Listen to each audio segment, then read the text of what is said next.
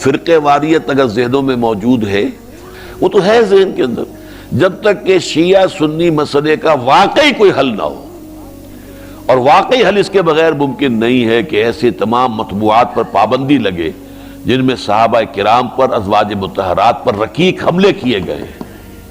وہ کتابیں یہاں بکتی ہیں، ڈھڑلے سے چھپتی ہیں، وہ جو کچھ ہے بکواس کرتے ہیں لوگ۔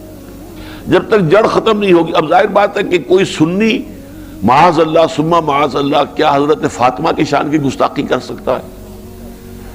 کیا حضرت علی کی شان میں گستاخی کر سکتا ہے؟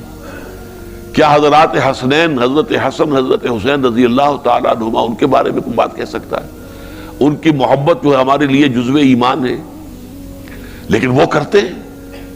وہ حضرت عائشہ پر، حضرت ابوبکر پر، حضرت عمر پر تو شدید ترین، حضرت عثمان پر شدید ترین، اشد ترین، یہ سب کچھ کرتے ہیں۔ اب کیا کیا جائے؟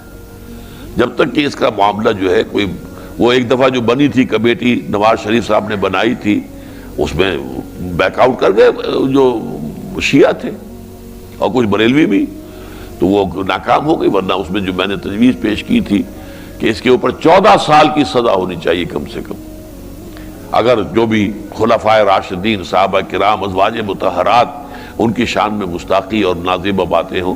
اگر آپ نبی کے شان میں توہین کرنے پر سزائے موت دینے کو تیار ہیں، تو صحابہ کرام جو ہیں رضوان اللہ تعالی علیہ مجمعین، دین نام ہے ما انا علیہ و اصحابی، میرے اور میرے اصحاب کا طریقہ جو ہے وہ اسلام ہے، تو ان کے تحفظ جو ہے ان کی بھی ہونی چاہیے، ان کی عزت کا اور ناموس کا۔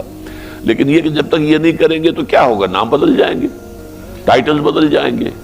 وہ پھوڑا جو ہے یہاں نکلا تھا، یہاں آپ نے پولٹس باندھ کے اس کو پھوڑ دیا، بہ گیا مواد، وہ پھوڑا کہیں اور نکل آئے گا، اس لیے کہ اندر ڈائبٹیز ہے، آپ کو تو شوگر کا مرض لاحق ہے، تو پھوڑا ادھر نہیں تو ادھر، ادھر نہیں تو ادھر نکلے گا، تو اس سے کوئی حاصل نہیں ہوگا۔